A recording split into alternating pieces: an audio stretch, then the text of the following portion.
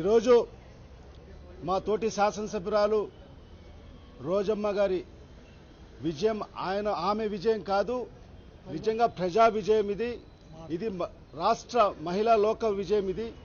ఎందుకంటే నిజంగా వాళ్ళు చెప్పిన రూల్స్ కోట్ చేసిన ప్రకారంగా స్పీకర్ గారు ఆ రోజు మరియు శాసనసభ వ్యవహారాల మంత్రి గారు కోట్ చేసిన రూల్స్ ప్రకారంగా ఏదైతే balance session of the sessions కు మాత్రమే సస్పెండ్ చేసే అధికారం ఉంది, అది పక్కన పెట్టేసి 1 సంవత్సరం కాలంగా ఆమెకు సస్పెండ్ చేయడం నిజంగా ఆ రోజు అందరూ కూడా చాలా బాధపడడం జరిగింది.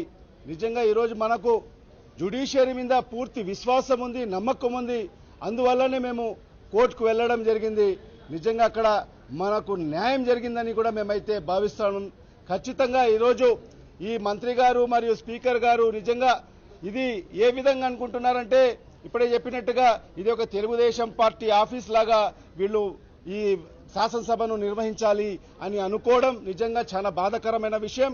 ఖచ్చితంగా న్యాయస్థానాలు ఉండాయి అని వీళ్ళందరూ కూడా గమనించాల్సిన అవసరం ఉంది.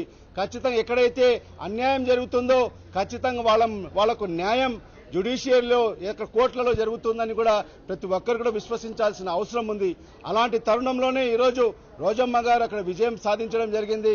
ఖచ్చితంగా ఇప్పుడు మనం నిన్న ఏదైతే స్పీకర్ గారి మీద అవిశ్వాస తీర్మానం వైఎస్ఆర్ కాంగ్రెస్ పార్టీ ప్రవేశపెట్టడం జరిగింది, దానికి 14 రోజులు క్లియర్ టైం ఇవ్వాల్సి అవసరం ఉంది. 14 రోజుల తర్వాతనే అవిశ్వాస తీర్మానంపై నిజంగా ఆ రోజు డిబేట్ చేయాల్సిన అవసరం ఉంది. ఖచ్చితంగా రూల్స్ లో కూడా కోట్ చేయడం జరిగింది.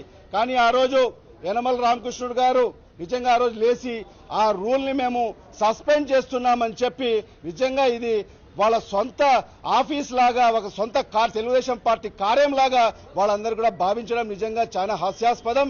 నిజంగా దానిపైన కూడా మేము కోర్టుకు వెళ్తున్నాం. ఖచ్చితంగా అక్కడ కూడా మనకు న్యాయం జరుగుతుందని మేమైతే భావిస్తున్నాం.